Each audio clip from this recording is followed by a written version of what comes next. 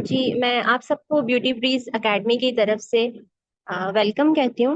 My self doctor तुबा Tariq. और आपको topic तो पता चल ही गया होगा, सामने स्लाइड में नजर आ रहा है कि आज हमने मिलाजमा पर बात करनी है।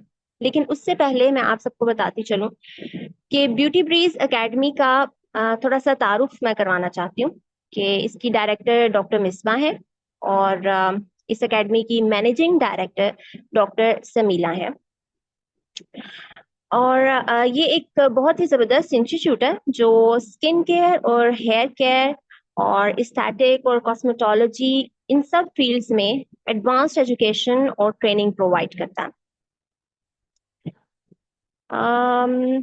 डायरेक्टर और मैनेजिंग डायरेक्टर यानी डॉक्टर मिसबा और डॉक्टर समीला दोनों का विजन ये है कि वो अपने स्टूडेंट्स को लेटेस्ट ट्रेंड्स और प्रैक्टिकल एक्सपीरियंस के साथ वो नॉलेज और स्किल दे सकें जो उन्हें ब्यूटी इंडस्ट्री में टॉप प्रोफेशनल्स बनाने में मदद दे। आ, इस एकेडमी का मकसद है एक्सीलेंस अचीव करना और इंडस्ट्री के इवॉल्विंग स्टैंडर्ड्स को मीट करना।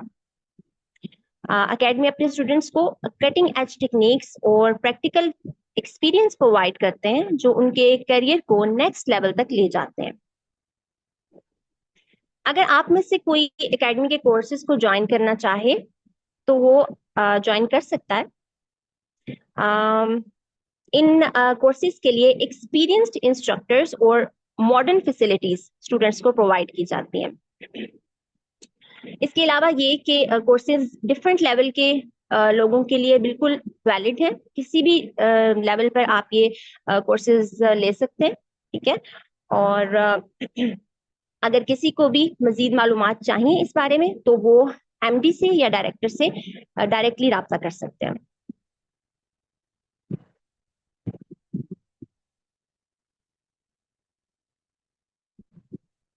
ये सारी डिटेल आपको इंशाल्लाह मिल जाएगी। फिलहाल हम और आप ले सकते हैं, नंबर्स प्रोवाइडेड है डॉक्टर समीला का भी और डॉक्टर मिस्बा का भी।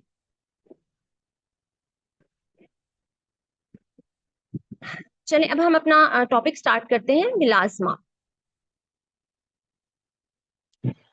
अच्छा, मिलाजमा एक स्किन कंडीशन है। मैं कोशिश करूंगी कि आपको हर चीज आम लफ्जों में बता सकूं, ताकि अगर आप किसी मरीज को या किसी पेशेंट को या किसी भी बंदे को जो आपके पास इस मसले से आए उसको अच्छी तरह से गाइड कर सकें। मैं कोशिश करूंगी कि साइंटिफिक टर्मिनोलॉजी और ये सब कुछ कम से कम इस्तेमाल करूं। सबसे पहले ये कि हमें इसे डिफाइन करना होगा कि मिलाजमा असल में है क्या। डिफाइन करना क्यों जरूरी है? इसलिए जरूरी है कि स्किन कंडीशंस जो हैं वो बहुत सी वजूहात की वजह से हो सकती हैं, बहुत सी वजूहात से हो सकती हैं। और जरूरी नहीं है कि अगर हमें एक चीज सामने दिखाई दे रही है तो वो बिल्कुल वैसे ही हो, बल्कि अक्सर ऐसा होता है कि जिस्म के अंदर बहुत सी बीमारियों की वजह से स्किन के ऊपर वो चीज जाहिर होना शुरू हो जाती है और इसको सिर्फ एक अ, माहिर माहिर जिल्द ही पहचान सकता है। इसलिए मिलाजमा को डिफाइन करना बहुत ज्यादा जरूरी है। दूसरा ये कि हम इसकी टाइप्स देखेंगे कि इसकी कितनी इकसाम है। और पैथोफिजियोलॉजी का लफ्ज यहाँ पर आपको नजर आ रहा होगा, उसका मतलब ये है कि जिस्म में असल में ऐसी कौन सी तब्दीलियां आती हैं जिसकी वजह से मिलाजमा जाहिर होता है। उसके बाद हम इसके क्लिनिकल फीचर्स को देखेंगे कि ये जिस्म के कौन कौन से हिस्से पर जाहिर हो सकती हैं। और इन्वेस्टिगेशंस, ऑब्वियसली जो इसको ट्रीट करेगा वो इन्वेस्टिगेशंस भी करवाएगा और वो देखना चाहेगा कि इसका असल में कॉज क्या है, इसका असल में रीजन क्या है, ये क्यों अपेयर हो रहा है। और इसके बाद मैनेजमेंट का मतलब ये है कि ट्रीटमेंट और जो भी इसके अंदर यानी मैनेजमेंट में सिर्फ ट्रीटमेंट नहीं आता, मैनेजमेंट में आपकी डाइट, आपका लाइफस्टाइल, वो सब कुछ उन सारी चेंजेस को मिला के सबको मैनेजमेंट कहते हैं। अम, जी। अच्छा, मिलाजमा को समझने के लिए सबसे पहले हमें एक बहुत इंपॉर्टेंट चीज समझना जरूरी है और वो ये है कि स्किन की टाइप्स क्या हैं। सबसे पहले हम स्किन की टाइप्स को देखते हैं। आपको नजर आ रही होंगी कि ये 6 टाइप्स हैं और इनमें से कुछ जो हैं वो पाकिस्तान में ज्यादातर मौजूद हैं और कुछ जो है वो यूरोपियन कंट्रीज में है और कुछ अफ्रीकन कंट्रीज में पाई जाती हैं। I am sorry for the disturbance. अच्छा। टाइप वन देखिए जरा, कि इसमें पेल वाइट स्किन होती है। आपको नजर आ रहे होंगे, मेल की पिक्चर भी है और फीमेल की भी, और ये most of the times UK और इस तरह यूरोपियन कंट्रीज में हमें दिखाई देती है कि ये एक्सट्रीमली सेंसिटिव स्किन है और ऑलवेज बर्न्स नेवर टैन्स। इसका मतलब ये है, यहाँ पे हम बर्न और टैन का मीनिंग समझ लेते हैं। देखिए, अगर हम सन रेज से एक्सपोजर लेते हैं, ठीक है, जैसे आपने सुना होगा अक्सर कि बाहर के लोग टैनिंग लेने के लिए, जो वाइट पीपल हैं वो टैनिंग लेने के लिए अक्सर सी शोर्स पे जाते हैं, वहां सन एक्सपोजर को पसंद करते हैं ताकि वो अपनी स्किन को टैन कर सकें। लेकिन टू देयर बैड न्यूज वो ये कि ये स्किन टाइप कभी भी टैन नहीं हो सकती, ठीक है। और इसकी वजह यह है कि इनके अंदर जो मेलानिन है, ये बात बहुत गौरतलब है कि मेलानिन वो पिगमेंट है जो हमारी स्किन को कलर देता है, डार्कनिंग देता है, डार्क कलर देता है, ठीक है। तो इनके अंदर वो मेलानिन जो है वो इनकी स्किन की लेयर्स में बहुत ही कम पाया जाता है, जिसकी वजह से अगर ये सन एक्सपोजर ले भी लें तो इन्हें टैनिंग नहीं होती, बल्कि उल्टा बर्निंग हो जाती है। आई होप आपको ये बात समझ आ गई होगी। अब हम टाइप 2 की तरफ चलते हैं। ये भी very sensitive skin, has freckles and is difficult to tan. अब इसमें भी ये है कि ये थोड़ा सा फेयर है, लेकिन very sensitive skin also, burn भी हो जाती है। लेकिन पहले ऊपर वाली जो टाइप 1 है उससे रिलेटिवली, उससे निस्बतन टैनिंग का इसमें चांस है, लेकिन बहुत कम। It's difficult to tan. अब टाइप टाइप 3 की तरफ हम आ जाते हैं। टाइप 3 में आपको नजर आ रहा होगा कि मोस्टली जो पाकिस्तान में गोरी रंगत के लोग पाए जाते हैं, ये उनके जैसे लग रहे हैं इधर, ठीक है। और सेंसिटिव स्किन है, समटाइम्स बर्न भी हो जाती है, slowly tans to light brown. अगर इसमें हम यानी इनको सन से एक्सपोजर देंगे तो ये लाइट ब्राउन टैन हो जाएगा। अब हम आते हैं टाइप 4 पे, जो माइल्डली सेंसिटिव है। अब जैसे जैसे आपने देखा होगा कि मेलानिन बढ़ता जा रहा है, कलर डार्क होता जा रहा है और सेंसिटिविटी कम होती जा रही है। बर्न्स मिनिमली, ये कम ही बर्न की तरफ नहीं जाती है skin, always tends to moderate brown. यानी मतलब मॉडरेटली ब्राउन का मतलब है कि ये ऊपर वाली टाइप से थोड़ा ज्यादा ब्राउन होती है। हम आप ये नोट कर सकते हैं कि जैसे जैसे हम नीचे जा रहे हैं, ये सेंसिटिविटी कम होती जा रही है और टैनिंग जो है वो ज्यादा होती जा रही है, और बर्निंग जो कैपेबिलिटी है स्किन की वो भी कम होती जा रही है।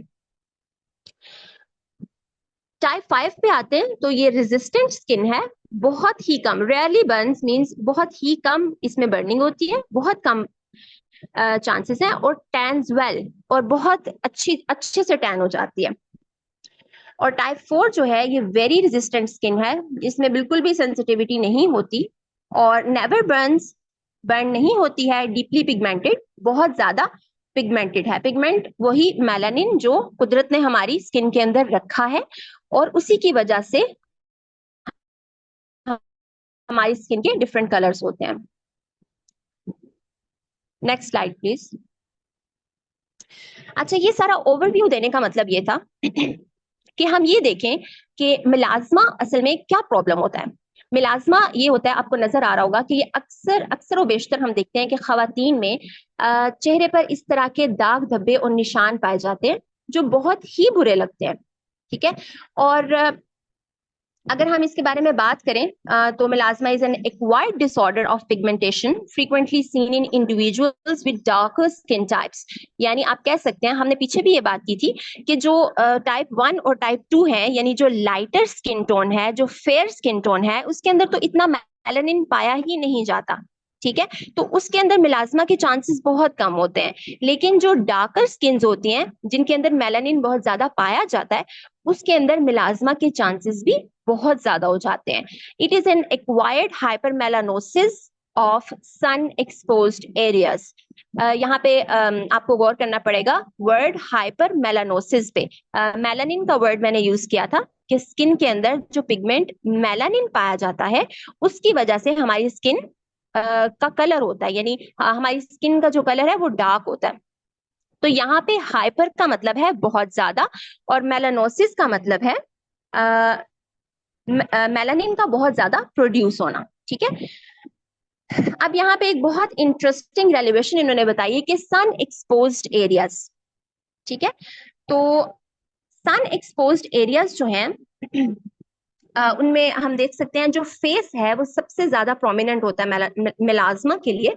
और यहाँ पर चीक्स हैं, चिन है, और ये जो लोअर जॉ है हमारा, नीचे वाले जबड़े की जो हड्डी है यहाँ पे, और इसके अलावा जो नेजल ब्रिज है, जो हमारे नाक की ब्रिज होती है, उसके ऊपर मेलाज्मा के चांसेस बहुत ज्यादा होते हैं।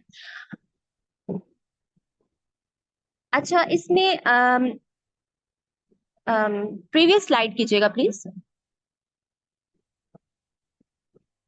जी, अच्छा, यहाँ पे बहुत इंटरेस्टिंग बात है कि it is more common in females than males, यानी फीमेल्स में ये मेल्स की निस्बत ज्यादा पाया जाता है। अब ये एक इसमें बहुत ज्यादा जो इम्पोर्टेंट चीज है याद रखने के लिए वो ये है कि फीमेल्स के अंदर हार्मोनल इम्बैलेंस और हार्मोनल चेंजेस बहुत ज्यादा होती हैं। उनकी लाइक प्रेगनेंसी की चेंजेस हैं या ऐसी कोई भी चेंजेस जो उनकी बॉडी में है, वो उनके हार्मोन्स को अप एंड डाउन बहुत ज्यादा करती हैं। और मेलाज्मा का ताल्लुक हार्मोन्स से डायरेक्टली है। ठीक है, हमारी बॉडी में हार्मोन्स हैं, इस्ट्रोजन है, प्रोजेस्टेरॉन है। ठीक है, तो उनके साथ डायरेक्टली मिलाज्मा का ताल्लुक है। और अक्सर ये देखा गया है, यानी साइंटिफिक रिसर्च से हमें ये पता चलता है कि जो मिलाज्मा के पैचेस हैं उस जगह पे, उस स्किन के अंदर ईस्ट्रोजन के लिए रिसेप्टर्स बहुत ज्यादा होते हैं। ठीक है, तो ईस्ट्रोजन जब फीमेल्स के अंदर अप एंड डाउन बहुत ज्यादा होता है, स्पेशली जब अप होता है, तो वो बहुत ज्यादा मिलाज्मा को इंक्रीज करता है। ठीक है, मेलानिन को इंक्रीज करता है, जिसकी वजह से मिलाज्मा अपेयर होता है। तो ये यहाँ पे बहुत इंटरेस्टिंग चीज है। उसके बाद हमने ये बात कर ली कि ठीक है, कॉमनली अफेक्टेड साइट्स जो है वो चीक्स हैं, चिन है, नोज ब्रिज है, फोरहेड है, एंड अब इसमें से किसी को भी कोई समझ नहीं आई तो आप प्लीज लिख के रखिए, हम एंड पे इसको डिस्कस कर लेंगे। Next slide please. जी, अब हम आ जाते हैं इटियोलॉजी पर। तो मेन इटियोलॉजी जो मिलाज्मा की है, वो उसको हम कह सकते हैं कि सबसे ज्यादा इंपॉर्टेंस जिस चीज को देनी चाहिए वो है सन एक्सपोयर। सन रेज जो है वो मिलाज्मा को बहुत ज्यादा प्रीडिस्पोज करती हैं। और उसके अलावा जेनेटिक प्रीडिस्पोजिशन, आप फर्स्ट पे देख रहे होंगे, जेनेटिक प्रीडिस्पोजिशन के बारे में बात की गई है।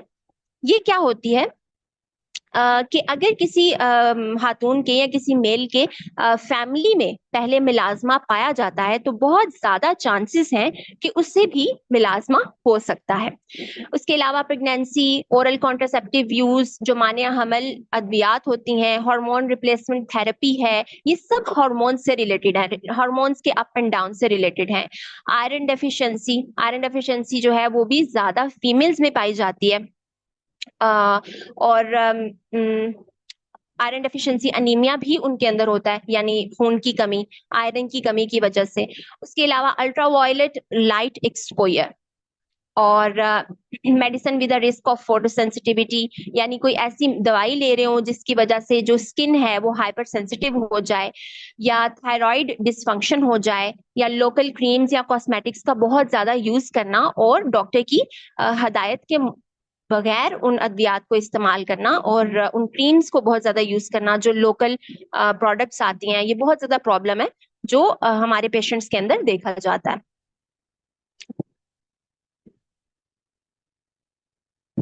जी, नेक्स्ट स्लाइड प्लीज।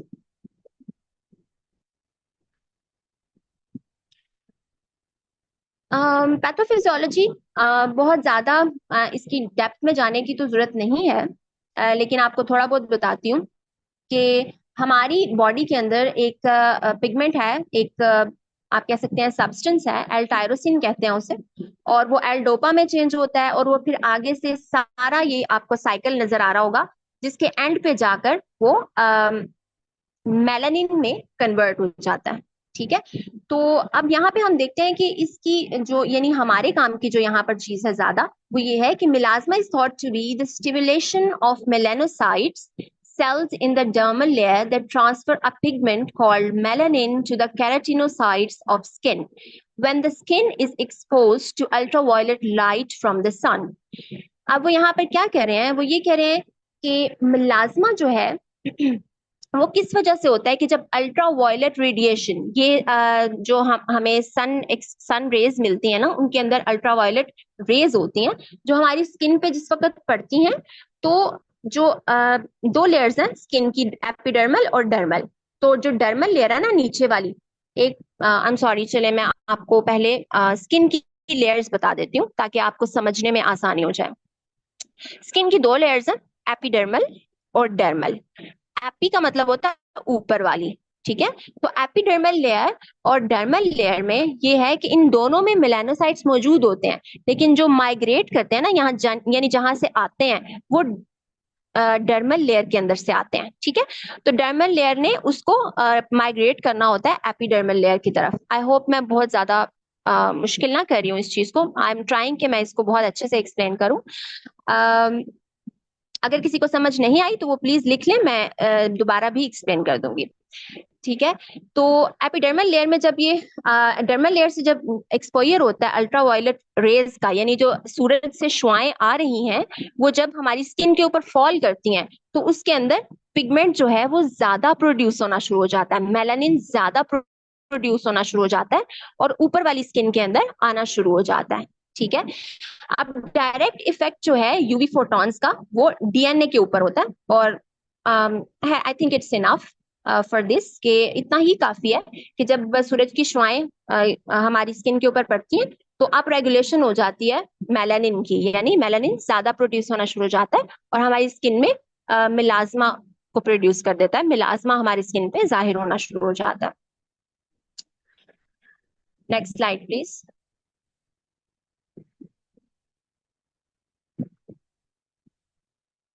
अच्छा, अब प्रेगनेंसी में और यूवी एक्सपोजर में उन्होंने बताया हुआ है कि क्यों इस तरह से इंक्रीज सिक्रेशन होती है। एक हार्मोन का जिक्र किया हुआ है, उसके अलावा ईस्ट्रोजन रिसेप्टर्स जो है, ये मैं आपको पहले ही बता चुकी हूँ कि मिलाज्मा के पैचेस में ईस्ट्रोजन रिसेप्टर्स की अप रेगुलेशन हो जाती है, ईस्ट्रोजन रिसेप्टर्स बढ़ जाते हैं, और जेनेटिक और हार्मोनल इन्फ्लुएंसेस के बारे में भी हम पहले बात कर चुके हैं। नेक्स्ट।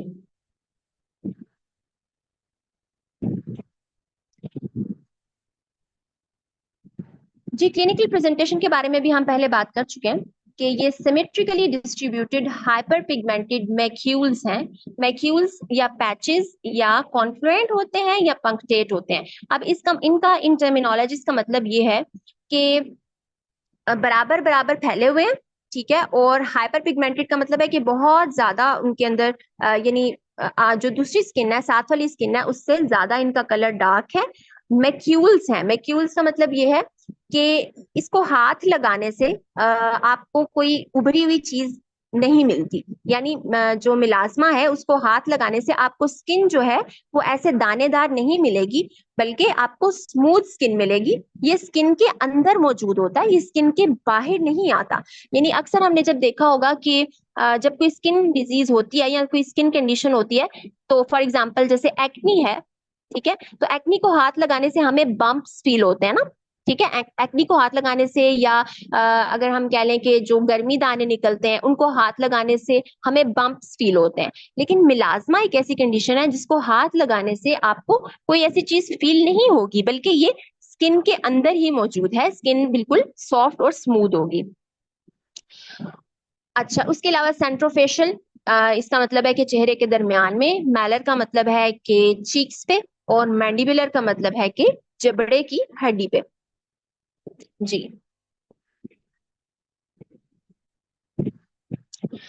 जी हमने बात की थी कि हम मुलाजमा की इकसाम के बारे में भी बात करेंगे। तो इसकी दो इकसाम है, वही जो मैंने आपको बताया कि एक एपिडर्मल यानी एपिडर्म से जो एपिडर्मल लेयर होती है, और एक डर्मल डर्मल लेयर होती है, ठीक है। तो जो एपिडर्मल है ना, यानी सुपरफिशियल है, जो ऊपर ऊपर से है, तो वो बिल्कुल लाइट ब्राउन होगी। और अगर हम देखें कि किसी पेशेंट के अंदर ब्लूइश ब्राउन, यानी ब्लू ब्लू टिंज है, उसके अंदर ब्राउन कलर है, या फिर ब्लैक की तरफ स्याही माइल हो रहा है, वो जो पैच हमें नजर आ रहा है, तो वो मोस्ट प्रोबेबली डर्मल मिलाज्मा है। या ये भी हो सकता है कि किसी जगह पर लाइट हो, लाइट ब्राउन हो, और किसी जगह पर ब्लूइश ब्राउन हो, यानी मिक्स्ड मिलाज्मा जो है वो भी हमें पेशेंट्स के अंदर अक्सर देखने को मिलता है। नेक्स्ट, ये डिफरेंशियल्स हैं, और ये डॉक्टर्स ही के लिए हैं मोस्टली। उन्होंने यही बात बीच में बताई है कि इसमें ड्रग इंड्यूस्ड पिगमेंटेशन भी हो सकती है। अच्छा, यहाँ पे एक चीज बहुत ज्यादा अहम है, और वो ये है कि मोस्ट ऑफ द टाइम्स अगर हम किसी की पिगमेंटेशन देखें तो आम बंदा जो है वो इसको लेबल नहीं कर सकता कि ये मिलाजमा ही है। इससे इसके लिए बहुत ज्यादा डिफरेंशियल्स हैं। डिफरेंशियल्स का मतलब होता है कि अक्सर जो चीज हमें नजर आ रही होती है उसका रीजन पीछे कुछ और होता है। इसलिए इसलिए हमेशा कहा जाता है कि किसी माहिर डॉक्टर से राब्ता करना बहुत ज्यादा जरूरी है। तो यहाँ पे उन्होंने ये बताया हुआ है कि ड्रग इंड्यूस्ड पिगमेंटेशन भी हो सकती है, यानी अगर कोई बंदा एक खास दवाई ले रहा है तो उसके साइड इफेक्ट के तहत भी पिगमेंटेशन हो सकती है, यानी दाग धब्बे पड़ सकते हैं। जरूरी नहीं है कि वो सन एक्सपोजर से मिलाजमा ही हुआ हो, ठीक है। तो आई होप कि आपको इस बात की समझ आ गई होगी कि किसी माहिर डॉक्टर से राब्ता करना क्यों जरूरी है, कि हो सकता है कि वो मिलाजमा ना हो, बल्कि किसी खास दवाई की वजह से जो आप ले रहे हैं उससे पैदा होने वाली पिगमेंटेशन हो। ये सिर्फ मैंने आपको एक एग्जांपल दिया, इसके अलावा भी बहुत सारी कॉजेस हैं पिगमेंटेशन के। जी नेक्स्ट स्लाइड प्लीज। ये भी मोस्टली वर्कअप है, इसमें सीबीसी है। सीबीसी कहते हैं कि ब्लड की कंप्लीट जो पिक्चर है वो लेनी होती है।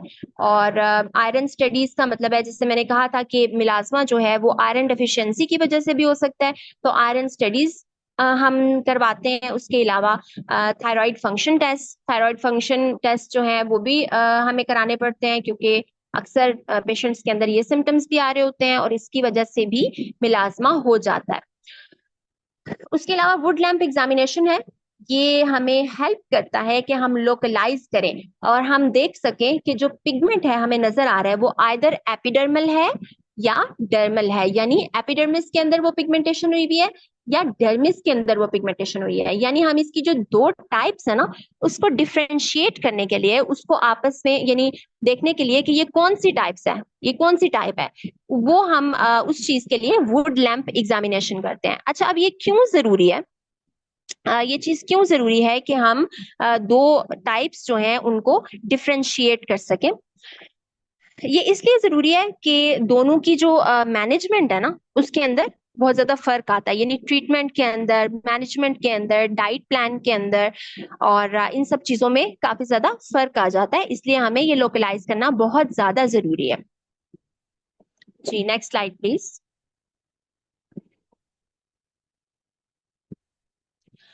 अच्छा, अब हम आते हैं मैनेजमेंट पर। जैसे कि मैंने आपको बताया कि मैनेजमेंट जो है या ट्रीटमेंट जो है, मैनेजमेंट जो है उसमें सिर्फ ट्रीटमेंट नहीं आता, बल्कि जो रूट कॉज है, एक डिजीज का जो रूट कॉज है वो असल में हुई किस वजह से है, उसे खत्म करना और उसको ठीक करने के लिए अपना लाइफस्टाइल, अपनी डाइट चेंज करना, और इसके अलावा ट्रीटमेंट लेना, इन सबको मिलाकर मैनेजमेंट कहते हैं। अब यहाँ पर हम बात करते हैं कि सबसे पहली बात ये कि मिलाजमा को ट्रीट करना काफी मुश्किल हो सकता है, क्योंकि अक्सर ऐसा होता है कि ये रिफ्रैक्ट्री है। रिफ्रैक्ट्री का मतलब कि हो सकता है कि ये जो नॉर्मली हम किसी को ट्रीटमेंट दे रहे हैं, हो सकता है कि वो उसको रिस्पॉन्स ना कर पाए, क्योंकि डिफरेंट जो पेशेंट्स हैं, मुख्तलिफ पेशेंट्स के अंदर मुख्तलिफ कॉजेज की वजह से मुख्तलिफ ट्रीटमेंट देना पड़ता है, और उनके जो नताइज हैं उसके मुताबिक देखते हुए, रिजल्ट्स के मुताबिक जो है वो हम प्लान करते हैं कि अब आगे इसकी इस की स्किन के साथ क्या, यानी इसकी स्किन को क्या ट्रीटमेंट मजीद मिलना चाहिए। फॉर एग्जाम्पल एक पर्सन है जो मेरे पास आया है और उसको मिलाजमा है, ठीक है। और अगर मैंने उसको टॉपिकल कोई क्रीम दी है लगाने के लिए, यानी लगाने के लिए, लगाने वाली जो क्रीम होती है, अप्लाई करने वाली जो क्रीम है, वो मैंने उसको दी है, लेकिन उसको उससे कोई फर्क नहीं पड़ा। और एक बंदा वो है, एक पेशेंट वो है जिसे फौरन उससे फर्क पड़ गया है। तो इसका मतलब है कि उनकी जो कॉजेज है ना, उनके अंदर भी डिफरेंस है। और इसके अलावा जो उनका प्लान होगा, नेक्स्ट प्लान, अब जिसको फर्क नहीं पड़ा उसे मैं टॉपिकल नहीं दूंगी। ये मैं सिर्फ आपको एक एग्जांपल दे रही हूँ समझाने के लिए कि नेक्स्ट जो स्टेप होता है एक डॉक्टर का, वो डिपेंड करता है इस चीज पर कि एक पेशेंट किस तरह के ट्रीटमेंट को रिस्पॉन्ड कर रहा है। इसके अलावा जो पेशेंट्स की अपनी जाती होती हैं, प्रेफरेंसेस होती हैं, उस पर भी डिपेंड करता है कि वो फौरन चाहते हैं या वो इंतजार कर सकते हैं। लेकिन बहरहाल मिलाजमा को जो ट्रीटमेंट है ना, वो सब्र मांगता है, वो पेशेंस मांगता है, और उसके लिए इंतजार करना पड़ता है। ऐसा नहीं होता कि बस फौरन गए और एकदम से झट से जो है वो उसका आराम आ गया। अब वो कह रहे हैं कि discontinue medications and avoidance of oral contraceptive pills. तो इसमें यह है कि अगर तो किसी मेडिकेशन की वजह से या फिर ओरल कॉन्ट्रासेप्टिव्स जो फीमेल्स यूज करती हैं उसकी वजह से पिगमेंटेशन हो रही है, तो उन्हें रोकना पड़ेगा, प्रिवेंट करना पड़ेगा। उसकी जगह कोई और जो है चीजें वो इस्तेमाल की जा सकती है अपने डॉक्टर के मशवरे से। और आयरन डेफिशिएंसी हो तो आयरन रिप्लेस करना पड़ेगा, आयरन के कैप्सूल्स होते हैं। उसके अलावा बैलेंस्ड डाइट, इसके लिए न्यूट्रिशनिस्ट जो है या डाइटिशियन जो है वो बहुत अच्छा प्लान करके दे सकते हैं। उसके अलावा sun protection, this is the most important thing, this is the most important thing कि जिसको समझना बहुत जरूरी है कि सन प्रोटेक्शन जो है, जैसे मैंने आपको पहले भी बताया कि सन एक्सपोजर जो है वो सबसे ज्यादा अहम चीज है मिलाजमा की प्रोडक्शन में। तो हमें सन से प्रोटेक्शन के लिए क्या यूज कर सकते हैं? हम सन से प्रोटेक्शन के लिए इंडोर्स रह सकते हैं ज्यादा। इसके अलावा हम जो सन ब्लॉक्स होते हैं, रिकमेंडेड जो डॉक्टर रिकमेंडेड सन ब्लॉक्स होते हैं, उनके यूजेज से हम बहुत अच्छी तरह से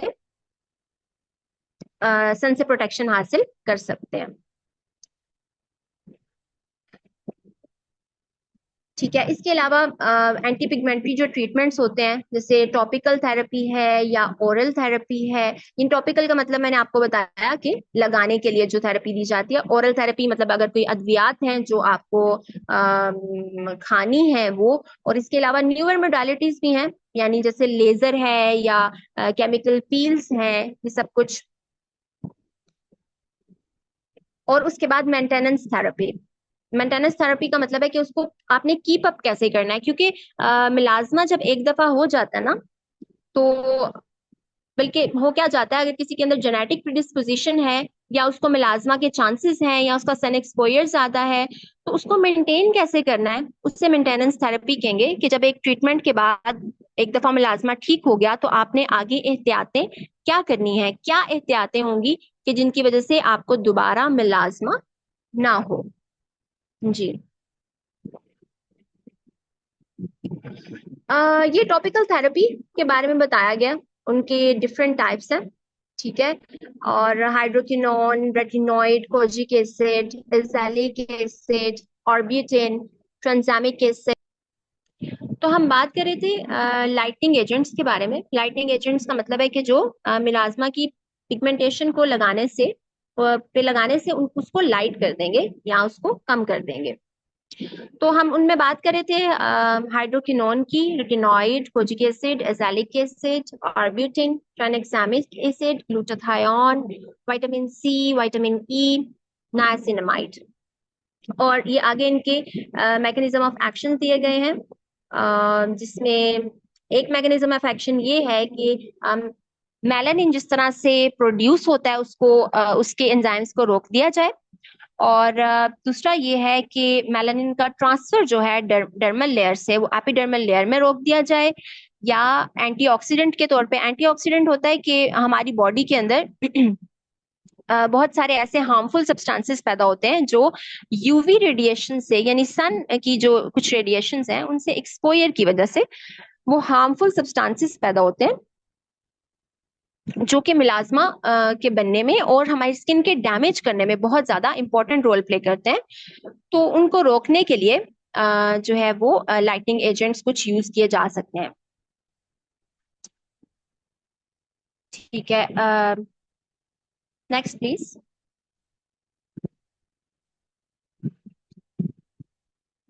ये भी ऑलमोस्ट सेम है।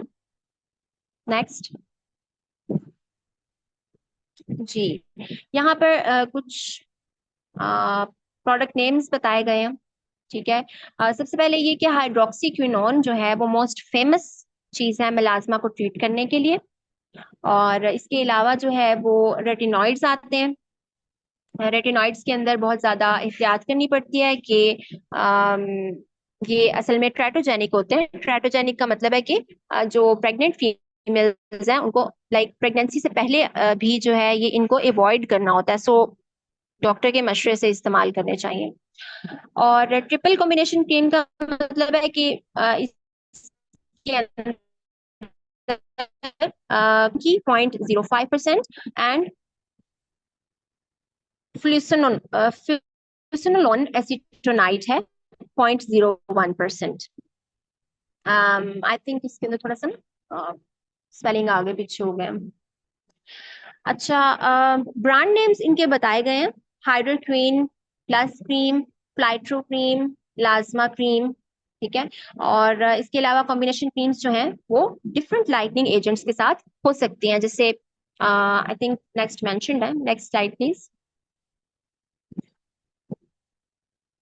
जैसे कि मैक्सटिफ क्रीम है, वेरी फेमस। इसके अंदर विटामिन सी और कॉजिक एसिड है।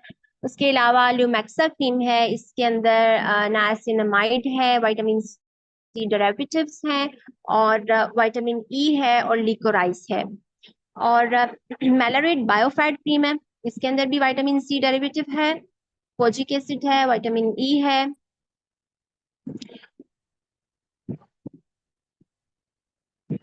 Next slide please. जी, अब हम बात करते हैं न्यूअर मोडालिटीज की तरफ। न्यूअर मोडालिटीज मीन कि अब जो नई टेक्निक्स इसको ट्रीट करने के लिए आई हैं।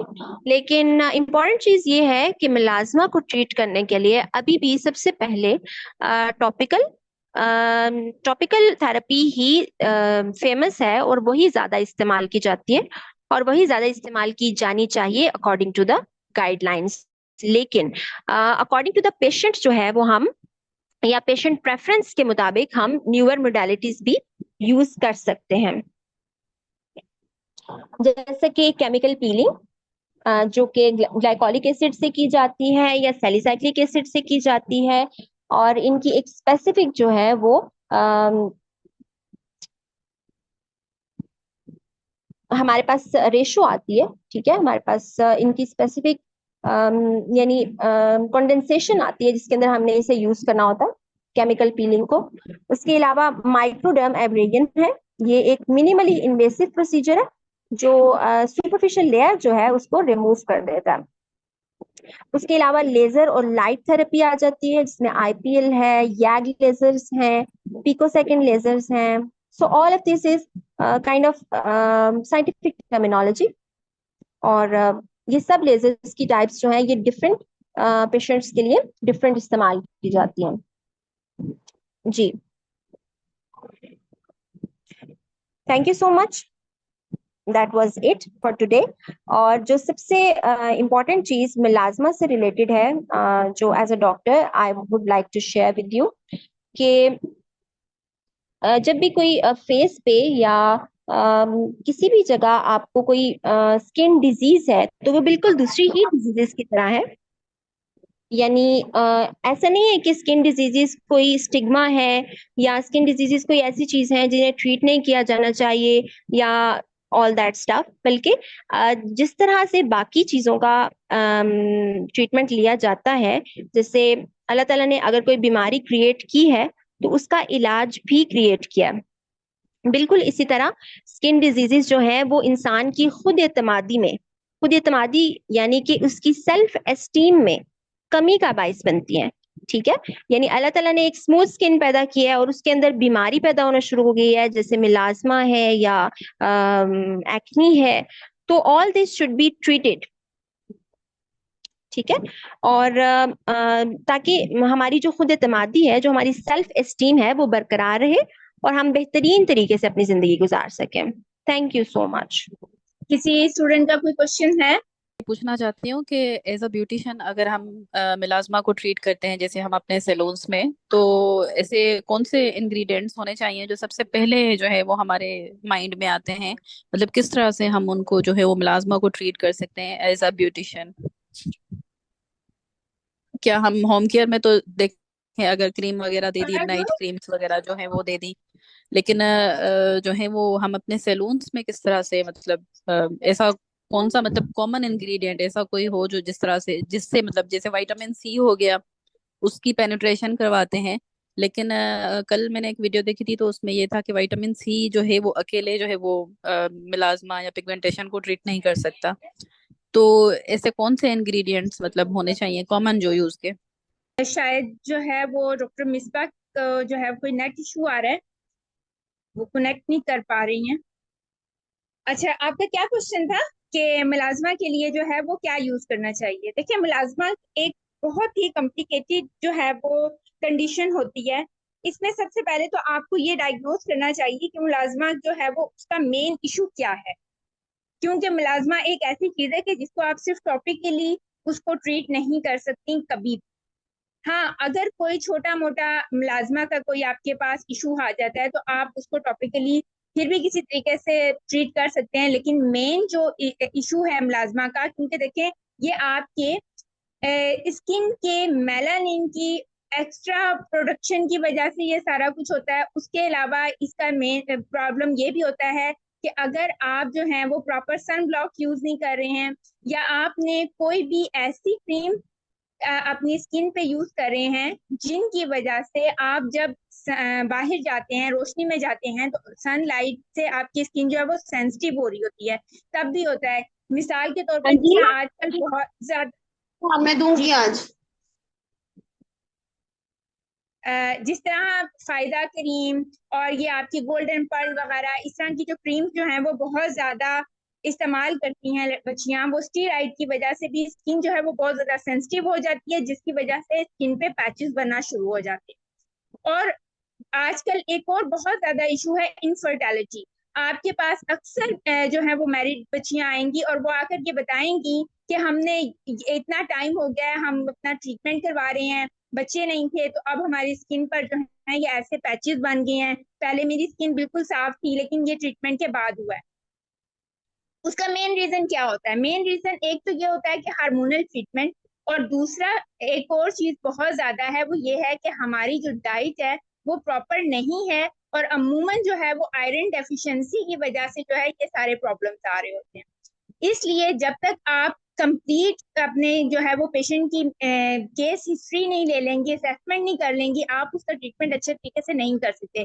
कभी भी मत ये सोचें कि एक आपको कोई फिक्स जो है वो मेडिसिन बता दी जाएगी जो कि आपने अपने मुलाजमा के लिए यूज करना है। ऐसा होता ही नहीं, क्योंकि कोई भी जो डिजीज होती है, जब तक आप उसकी कंप्लीट असेसमेंट नहीं कर सकते आप उसको ट्रीट नहीं कर सकते। अगर आप बस एक अंदाजे के मुताबिक, जिस तरह आपके पास सैलून में आते हैं डिफरेंट टाइप्स के जो हैं वो फेशियल्स होते हैं और उनके ऊपर लिखा होता है एक्नी फेशियल, मलाजमा फेशियल, एजिंग के लिए, ये चीजें बिल्कुल भी कभी भी आपको अच्छा रिजल्ट नहीं देंगे। अच्छा रिजल्ट लेने के लिए सबसे पहले आपने कंप्लीट अपने जो पेशेंट है उसको की डायग्नोजिंग करनी है कि इसको ये मुलाजमा हुआ क्यों है। जिस तरह देखें, शुरू से अगर आप देखें कि अगर आप डॉक्टर साहबा ने सबसे पहले यही बताया कि सबसे पहले क्या करना है कि हमने उसकी जो है वो लैब करवानी है, कि हमें पता हो कि सीबीसी रिपोर्ट क्या है। सीबीसी रिपोर्ट एक आम नॉर्मल आपको बात बता देती हूँ, जिससे आप लोग जाते हैं डॉक्टर के पास तो कहते हैं कि मैंने अपना एचपी लेवल चेक करवाना है, ठीक है। वो जो एचपी लेवल चेक होता है ना, वो असल में सीबीसी रिपोर्ट होती है, जिसके अंदर कंप्लीट ब्लड की जो है वो डायग्नोजिंग की जाती है कि इसमें रेड ब्लड सेल्स कितने हैं, व्हाइट ब्लड सेल्स कितने हैं, प्लेटलेट्स कितने हैं, पेशेंट का ईएसआर कितना जा रहा है। ये सारा कुछ जानना बहुत ज्यादा जरूरी होता है। इसके अलावा जो कुछ डायबिटिक पेशेंट भी होते हैं जिनके अंदर जो है वो मुलाजमा के इश्यूज आना शुरू हो जाते इसके अलावा अक्सर पेशेंट ऐसे भी आते हैं जो कि कोई ऐसे किसी लॉन्ग टर्म किसी डिजीज से गुजरे होते हैं, जिस तरह प्रेगनेंसी है। प्रेगनेंसी में अक्सर बेशतर पेशेंट्स को जो है वो आयरन डेफिशिएंसी हो जाती है, उनका एचपी लेवल डाउन हो जाता है। बास के जो है वो सिजेरियन होते हैं, सिजेरियन में यानी कि ऑपरेशन से बच्चा होता है तब भी ब्लड काफी ज्यादा लॉस हो जाता है, जिसकी वजह से उन्हें बाद में ये पिगमेंटेशन होना शुरू हो जाती है। क्योंकि हमारे यहाँ से पे की जो है वो ट्रेंड है कि आप जो है वो पेशेंट को जब तक देसी घी नहीं खिलाएंगे तो शायद उसके अंदर ताकत नहीं आएगी, लेकिन उसके अलावा भी उसे काफी और ज्यादा चीजों की जरूरत होती है, लेकिन इसकी ये मैनेजमेंट नहीं की जाती। लेकिन स्पेशली पाकिस्तान में सबसे ज्यादा जो चीज है वो सिर्फ और सिर्फ यही है कि एक तो हमारी प्रॉपर डाइट नहीं है, दूसरा हमने कभी सन ब्लॉक यूज नहीं करना, तीसरा हमारा फोकस सिर्फ और सिर्फ इस चीज पे होता है कि हमने स्किन वाइटनिंग चाहिए, और इस वाइटनिंग के लिए हम डिफरेंट टाइप की मार्केट्स में जितनी भी प्रोडक्ट्स आ रही होती हैं उन्हें बिना सोचे समझे अपने मुंह पे लगा देते हैं, और स्पेशली रात में यूज करते हैं।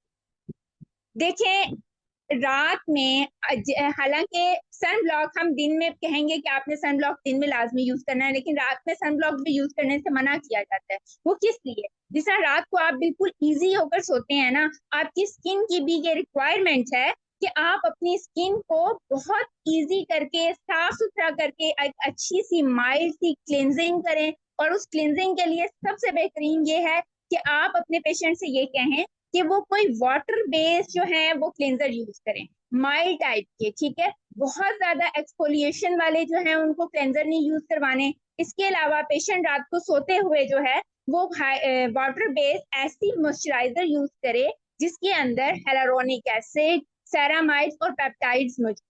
जब पेशेंट ये वाले जो है वो माइल्ड क्लिनजिंग करेगी, साथ जो है वो अपने मॉइस्चराइजर यूज करेगा, तो स्किन जो है जब अंदर से हाइड्रेट होना शुरू होगी, अंदर से स्किन का मॉइस्चर कंप्लीट होगा, तो स्किन जो है वो अच्छे तरीके से न्यू जो है सेल्स जब जनरेट होंगे तो स्किन का ये प्रॉब्लम जो है सॉल्व होना शुरू हो जाएगा।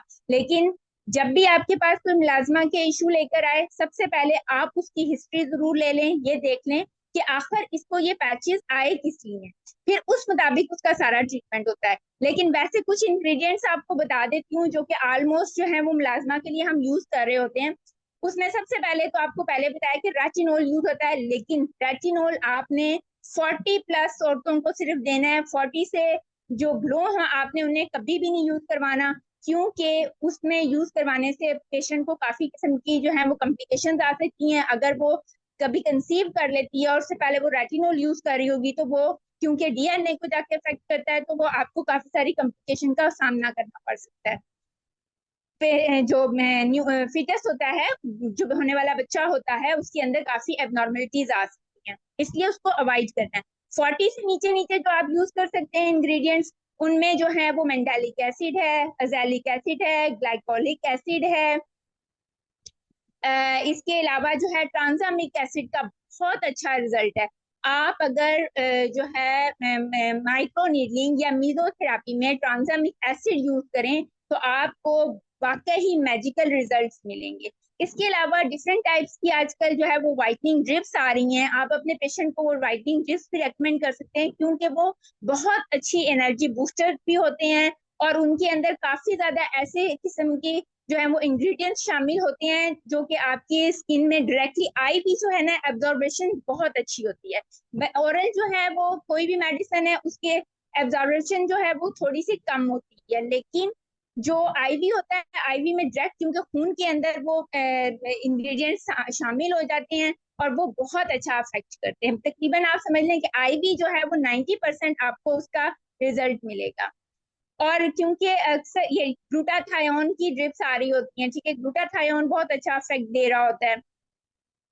इसके अलावा आप अगर जो है वो ट्रीटमेंट्स की तरफ जाएं तो केमिकल पील बहुत अच्छा ट्रीटमेंट है इसका। केमिकल पील में मैंने आपको बता दिया कि ट्रांसमिक एसिड सबसे बेस्ट है, उसके बाद आप डिफरेंट पील्स यूज कर सकते हैं। काफी ज्यादा जो है वो इंटरमेटिक पील्स आ रही हैं, वो बहुत जबरदस्त रिजल्ट दे रही हैं। इसके अलावा आप माइक्रो नीडलिंग कर सकते हैं मीजो सीरम्स के साथ, ठीक है। माइक्रो नीडलिंग के लिए जो मीजो सीरम्स होते हैं ना, वो ही माइक्रो नीडलिंग के लिए भी यूज होते हैं। आपने दूसरे एम्प्यूल्स नहीं यूज करने, क्योंकि कुछ एम्प्यूल्स और भी आते हैं जो प्रोफेशनल्स में यूज हो रहे होते हैं, लेकिन वो सिर्फ टॉपिकली यूज के लिए होते हैं, वो आपके माइक्रो नीडलिंग या मीजो के लिए नहीं होते। क्यों? वैसे तो हर एम्प्यूल पे ये चीज जो है वो मेंशन होती है कि आपने इसको माइक्रो नीडलिंग के लिए या मीजो के लिए यूज करना है या नहीं, लेकिन फिर भी आपने इस चीज को ध्यान में रखना है कि एम्प्यूल्स दो टाइप के आते हैं। जो मीजो सीरम जो आते हैं आप उनको माइक्रो नीडलिंग के लिए यूज कर सकते हैं, मगर जो टॉपिकली दूसरे एम्प्यूल्स आ रहे होते हैं जो कि आप डिफरेंट फेशियल्स में यूज कर रही होती हैं, वो आपने कभी भी माइक्रो नीडलिंग के लिए यूज नहीं करनी है। उनसे आपके पेशेंट को इन्फेक्शन हो सकता है, कोई भी किसी किस्म का रिएक्शन हो सकता है, क्योंकि वो जो एम्प्यूल्स हैं उनके अंदर जो सीरम मौजूद है वो स्किन में पेनिट्रेट करने के लिए यूज नहीं किया गया, वो सिर्फ और सिर्फ इसलिए दिया गया कि आप उसको टॉपिकली यूज करें। और इसके अलावा डिफरेंट टाइप्स के जो हैं वो काफी ज्यादा लेजर ट्रीटमेंट्स भी मौजूद हैं प्लाज्मा के लिए, लेकिन वो ज्यादा जो है वो फिर सैलून के लिए नहीं रह जाते, वो फिर क्लिनिकली यूज पे चले जाते हैं। इसके अलावा किसी और का कोई क्वेश्चन?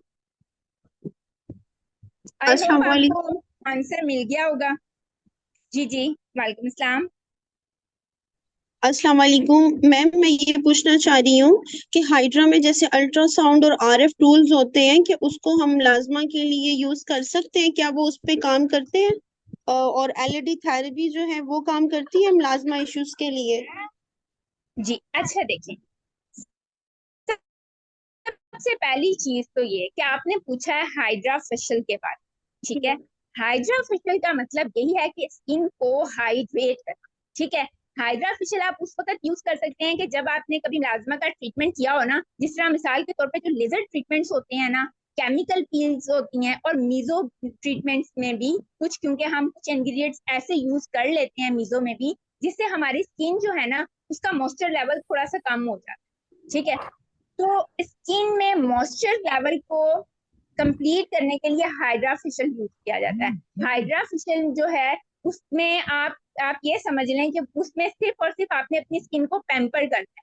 वो उसका कोई ये मकसद नहीं है कि आप उसको कोई एक्नी ट्रीटमेंट्स में यूज कर रही हैं या म्लाज्मा ट्रीटमेंट्स में यूज कर रही हैं, या इसका उससे कोई ताल्लुक नहीं। उसने स्किन को सिर्फ ग्लो देना, ठीक है। क्योंकि देखिए हम उसमें क्या पेनिट्रेट कर रहे हैं, सबसे पहले जो उसका मेन मकसद है ना, उसका मकसद ये है कि हम हेलुरोनिक एसिड को जो है वो अपने टूल्स से उसमें पेनिट्रेट कर रहे होते हैं। हाँ, जो आपने एलईडी मास्क का पूछा है ना, एलईडी मास्क आप यूज कर सकते हैं, क्योंकि उसमें जो है वो डिफरेंट लाइट्स होती हैं, वो डिफरेंट लाइट्स में आप यूज करके तो आप अपने जो है प्लाज्मा का ट्रीटमेंट कर सकते हैं। लेकिन उसके लिए भी आपको पहले अपने स्किन की जो पेशेंट है उसकी स्किन देखनी पड़ेगी कि उसकी स्किन टाइप क्या है, क्योंकि बाद में प्लाज्मा में ऐसा होता है कि आपकी स्किन बहुत ज्यादा सेंसिटिव हो चुकी भी होती है, तो फिर आपने एलईडी मास्क फिल वक्त यूज नहीं करना। ये पहले आपने अपने पेशेंट की स्किन की असेसमेंट कर लेनी है, क्योंकि ऐसा भी होता है कि जब आप एलईडी मास्क यूज करते हैं तो आपकी स्किन जो है वो ज्यादा इरिटेशन की तरफ चली जाती है,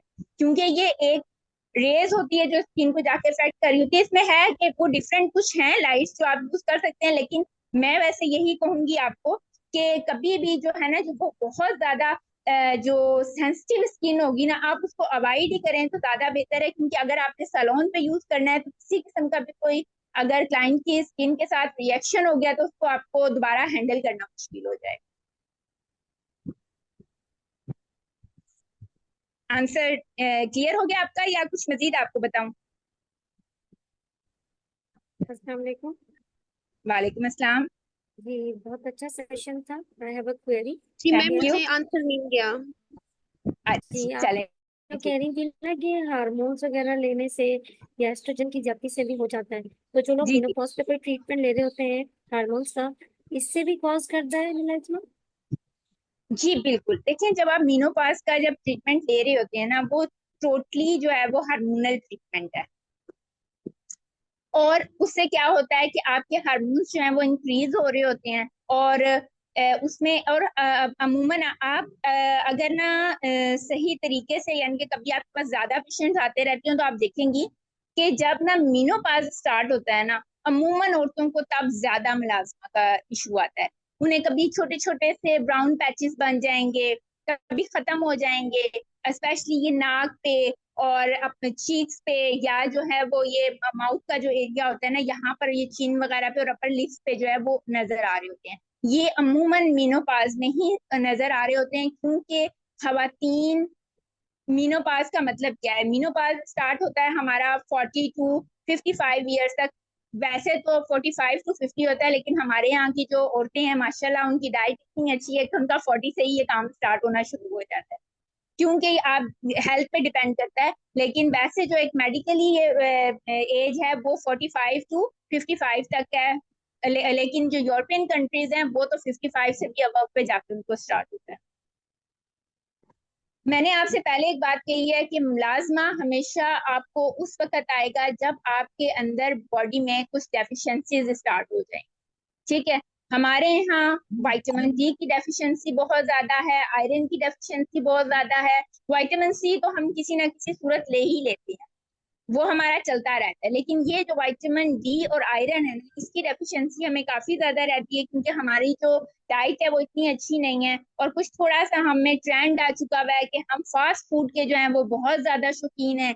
इसके अलावा हम जो फिजी ड्रिंक्स हैं, इसके अलावा एनर्जी ड्रिंक्स हैं, उनको बहुत ज्यादा लेते हैं। और इस वजह से ना ये इशू हम लोगों को ज्यादा बनना शुरू हो गया। तो क्योंकि इस आप ये रीजन के लिए देखेंगी, क्या रेकमेंड करेंगे हम पेशेंट को? पेशेंट को सबसे पहले तो ये है कि हम एक ना स्लीप साइकिल होता है, ठीक है, 40 प्लस लड़कियों के लिए बेहतर है कि हम उनको जो है वो सीड साइकिल जो है वो रेकमेंड करेंगे। उसके अलावा ये है कि जो सफेद जीरा होता है, आप दोपहर के टाइम जो है वो एक प्याली दही में 1 चम्मच जो है वो सफेद जीरा इस्तेमाल करें, उससे आपका जो हार्मोनल बैलेंस रहेंगे और आपका ये इशू जो है वो जल्दी रिजॉल्व हो जाएगा। और इसके अलावा टॉपिकली यूज के लिए जो मीनोपाज हैं उन लोगों को हम रेटिनॉल दे सकते हैं, रेटिनॉल का इस्तेमाल वो करें। लेकिन रेटिनॉल का इस्तेमाल जो होता है ना, वो हमेशा जो है अल्टरनेट डेज पे करना चाहिए। कभी भी पेशेंट को मत ये कहें कि वो डेली नाइट पे इसको यूज करें। और रेटिनॉल हमेशा सिर्फ रात में यूज किया जाता है, दिन में नहीं लगाया जाता।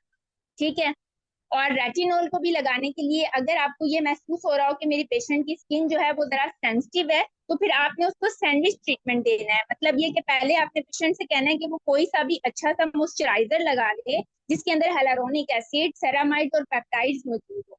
उसके बाद 15 से 20 मिनट के बाद आप उसको टी साइज जो है वो रेटिनॉल यूज करवाएंगी। जो हमारे यहाँ पे जो है ना स्किन एक क्रीम आ रही है, काफी अच्छी है, वो आप दे सकते हैं, वो यूज करवाएं। और सिर्फ टी साइज और वो यूज करें। और उसको लगाना इस तरीके से होता है कि जिस तरह आप लोग ये फाउंडेशन लगाते हैं ना, छोटा छोटा करके पूरे फेस पे, और उसके बाद हल्के हाथ से उसको जो है वो एब्जॉर्ब करना है। बहुत ज्यादा जोर से उसको एब्जॉर्ब नहीं करना, और ना ऐसे करना है कि हाथों पे लगा के मल के उसको लगाया, ऐसे नहीं लगाना। और ये लगाने के बाद तकरीबन 45 मिनट्स के बाद दोबारा से मॉइस्चराइजर उसको यूज करवा दें, तो उसको जो है ये रेटिनॉल से जो इरिटेशन होगी ना, वो काफी हद तक कम हो जाएगी। इसके अलावा उसे फूड सप्लीमेंट्स का इस्तेमाल लाजमी करवाएं, सीड साइकिल लाजमी देना है, डाइट को लाजमी देखें वो डाइट कैसी ले रही है। उन्हें अच्छी जो है ना वो उन्हें कहें कि अपनी डाइट में जो है ना फ्रूट्स और वेजिटेबल्स का इस्तेमाल ज्यादा से ज्यादा रखें, पानी जो है वो प्रॉपर लें। इसके अलावा मॉर्निंग वॉक उनको बताएं। जी, क्लियर है? Thank you so much. You explained really well. Thank you. किसी और का कोई क्वेश्चन हो? अस्सलाम वालेकुम मैम। जी जी जी मैम, ऐसा होता है कि क्लाइंट हमारे पास आता है मुलाजमा के लिए, वो कुछ क्रीम्स यूज करता है जिससे उनकी स्किन पे 1 या 2 मरतबा इस्तेमाल करने के बाद स्किन की लेयर उतरना शुरू हो जाती है, और उनको आहिस्ता आहिस्ता उनका मुलाजमा उनको लाइट महसूस होना शुरू हो जाता है। तो मैम उस क्रीम को किस तरह से वो लोग छोड़ें, और उसको ऐसा अगर हमारे पास कोई क्लाइंट आए सैलून में तो हम उसको किस तरह से ट्रीट करें कि हम से उसकी स्किन मजीद डैमेज भी ना हो और उसकी स्किन रिपेयरिंग भी हो जाए। ठीक है। देखिए, जो आपके पास पेशेंट ऐसा आएगा ना और जो ये बात कहेगा कि मुझे ऐसा महसूस हो रहा है कि मेरी स्किन उतर रही है, तो हो सकता है कि वो माइल्ड टाइप की कोई केमिकल पील यूज कर रही हो। ठीक है, जो सुपरफिशियल पील है ना वो ओवर द काउंटर मिल जाती है, उसका इतना मसला नहीं होता, और अक्सर अब बेशतर लोग उसको यूज कर लेते हैं। और वो जो उनकी स्किन ज्यादा उतर रही होती है उसका मतलब यही होता है कि वो प्रॉपर उसको वे से यूज नहीं कर रहे, वो उसको ज्यादा यूज कर रहे हैं। जैसा मैंने अभी पहले बताया कि जो रेटिनोल है उसको अल्टरनेट डेज पे हमेशा यूज करना चाहिए, आप बीच में उन्हें 2 या 3 बार ही सिर्फ क्या है, ज्यादा नहीं है। जब वो बहुत ज्यादा यूज करना शुरू हो जाते हैं ना, तो फिर वो स्किन की एक्सफोलिएशन बहुत ज्यादा हो जाती है, फिर वो स्किन के छिलके उतरना शुरू हो जाते हैं। इसी तरह अगर कोई सुपरफिशियल पील आप यूज करें, सुपरफिशियल पील्स में जो है वो काफी जो ओवर द काउंटर वैसे मिल रही है ना, वो AHA और DHA की पील मिल रही है। इसके अलावा लैक्टिक एसिड की भी है पील जो इजीली मिल जाती है, जैलिक एसिड की भी मिल जाती है। और वो इंटरनेट से जस्ट एड्स देख लेती हैं वहां से कि भाई ये वाली मैं पील यूज करूंगी तो मेरी स्किन जो है वो ठीक हो जाएगी, लेकिन उन्हें ये पता नहीं होता कि हमने इसे 15 दिन के बाद एक दफा यूज करना है। वो क्या पता उसको डेली लगा, ठीक है, तो वो उसमें ज्यादा स्किन उतरना शुरू हो जाती है। लेकिन अगर आपके पास कोई ऐसा पेशेंट आ जाए जिसको आप फील करें कि उसकी स्किन उतर रही है, सबसे पहले आप उसको हाइड्रा फेशियल भी रेकमेंड कर सकती हैं। आप उसे कहें कि मैं आपका फेशियल करूंगी, उसमें क्या होगा कि जब आप उसकी स्किन में हेलुरोनिक एसिड को पेनिट्रेट करेंगी, तो वही बात कि आपकी स्किन जो है वो उसको आप अच्छे तरीके से पैम्पर कर देंगी, वो स्किन में जब मॉइस्चर जाएगा तो वो स्किन ठीक होना शुरू हो जाएगी। क्योंकि छिलके उतरने का ही मतलब ये है कि स्किन में से मॉइस्चर खत्म हो चुका है। हमारे यहाँ थोड़ा सा ये इशू है कि जब हमें अपनी स्किन ज्यादा ड्राई फील होती है ना, हम समझते हैं कि हमने ऑयल लगाना है तो हम अपनी स्किन को ठीक कर सकते हैं। नहीं, ऐसा नहीं होता। अमूमन 90% जब स्किन के ज्यादा छिलके उतर रहे होते हैं तो उसका मतलब ये होता है कि आपकी स्किन का मॉइस्चर लेवल खराब हो चुका है। ये और उससे क्या होता है कि आपकी स्किन की pH लेवल जो है वो डिस्टर्ब हो चुका होता है। इस वजह से ये सब कुछ हो रहा होता है। तो ऐसे पेशेंट को आपने सबसे बेस्ट है कि आप उसको हेलुरोनिक एसिड पे लेके आए, जो वाटर बेस्ड आपको मॉइस्चराइजर मिलते हैं आप वो यूज करें। इसके अलावा आपने उसको सनस्क्रीन यूज करवानी है, ठीक है, सनस्क्रीन लाजमी उसको यूज करवाएं। इसके अलावा आप उसको वाटर बेस्ड माइल्ड टाइप के जो आते हैं सोप्स आप वो दें, जिसमें सबसे बेस्ट मैं कहती हूँ कि रहता है डव का, क्योंकि डव आपको हर जगह से इजीली मिल जाता है। अमूमन ऐसा होता है कि अगर मैं कोई और स्पेसिफिक आपको चीज बता दूं शायद वो आपके एरिया से ना मिले, लेकिन डव एक ऐसी प्रोडक्ट है कि थ्रू आउट हर जगह से आपको मिल जाएगा, बल्कि पूरी दुनिया से ही मिल जाता है। इसलिए जो सेंसिटिव स्किन वाला सोप है आप पेशेंट को रेकमेंड कर दें। इसके अलावा आप जो है हेलुरोनिक एसिड वाला जो है उसको मॉइस्चराइजर रेकमेंड करें, जिसमें आप जो है वो डिफरेंट, जिसमें सिरावी है, ठीक है, लेकिन सिरावी की जो है वो कॉस्ट बहुत ज्यादा है। इसके अलावा जो एक ना जेन फॉर्म आती है वो भी मेडिकल ग्रेड जो है मॉइस्चराइजिंग क्रीम है, तो आप वो रेकमेंड कर सकते हैं। उसकी प्राइस भी बहुत अच्छी है, जस्ट 1000 रुपीज में वो मिल जाती है जेन फॉर्म, ठीक है।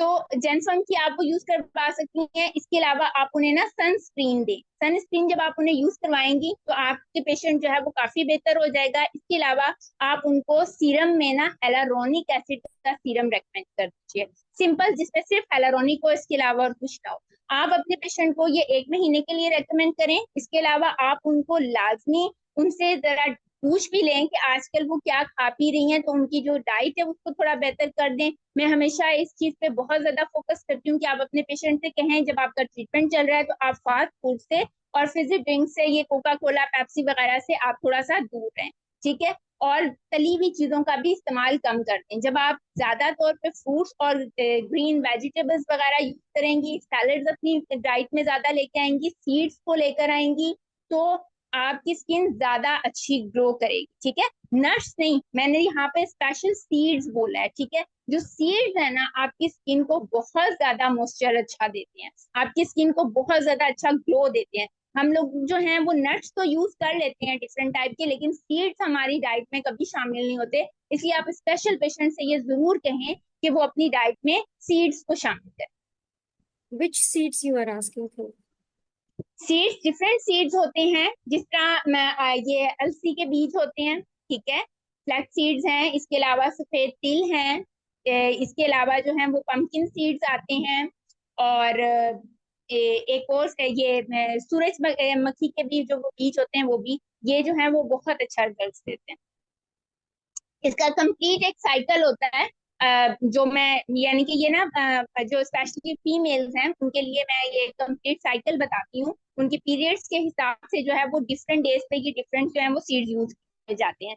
और जिस तरह चिया सीड्स भी आप इसको यूज कर सकती हैं, चिया सीड से भी स्किन जो है वो काफी अच्छी ग्रो करती है। वो मॉर्निंग में जो है वो आप एक अच्छा सा कोई दलिया वगैरह बनाएं और उसमें साथ डालें। वो रात को आप ना उसको भिगो के रखें। एक मैं आपको चलें एक बता देती हूँ मॉर्निंग की अच्छा सा जो है वो ब्रेकफास्ट बताती हूँ आपको। आप इस तरह कीजिए, 2 से 3 चम्मच जो है वो दलिया ले लें, ओट्स लें। उसके अलावा 2 चम्मच जो है वो चिया सीड को, 2 से 3 जो है वो बादाम डाल लें, 2 से 3 काजू हो जाए, और इसके अलावा एक अखरोट डाल। ठीक है, ये डाल के आपने उसमें क्या डालना है, कोकोनट मिल्क। कोकोनट मिल्क कैसे बनता है, वैसे तो मार्केट से भी मिल जाता है, लेकिन मार्केट वाला थोड़ा सा कॉस्टली होता है, तो आप उसको घर में भी बना सकती हैं। वो ऐसे कि आप छोटे छोटे से टुकड़े काट के, जो नॉर्मल नारियल मिलता है, आप उसको डाल के रख दें और उसके अंदर 2 कप पानी डाल दें। आप उसको जो तकरीबन 12 घंटे के लिए सोक करके रखें। उसके बाद आप उसको ग्राइंड करें। ग्राइंड करने के बाद जब आप उसको अच्छे तरीके से छान लेंगी, तो वो जो वाटर आता है ना, वो उसको कहते हैं कोकोनट मिल्क। आप वो हाफ कप जो है उस, अब जो आपने वो सारा मैंने आपको मटेरियल बताया था, उसके अंदर डाल के आप रख दें, ओवरनाइट आप रख दें। और सुबह जो है उसके अंदर आप 2 से 3 चम्मच जो है वो शहद डाल लीजिए, और कोई सा भी फ्रूट जो आपको अच्छा लगता है, जिस तरह आप बनाना उसमें डाल सकती हैं, एप्पल डाल सकती हैं, थोड़े से अंगूर डाल सकती हैं आप उसके अंदर वो डाल के। और एक खजूर भी आप उसके अंदर थोड़ी सी काट के डाल सकती हैं। वो डाल के मिक्स करके आप खाएं। वो आप जब आप वो शुरू करेंगी ना, एक तो आपकी हेल्थ बहुत अच्छी रहेगी, दूसरा उसके इतने अच्छे रिजल्ट्स आपको मिलेंगे कि आपके स्किन, आपकी नेल्स, आपके हेयर सब कुछ ग्रो करेगा।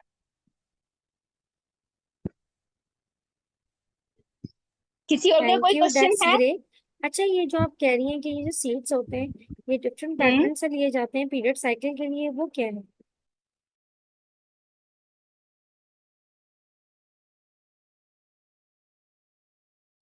जैसे टीन एज गर्ल्स के पीरियड साइकिल रेगुलर हो रहे हो या कुछ भी हो, तो इसका क्या पैटर्न होता है?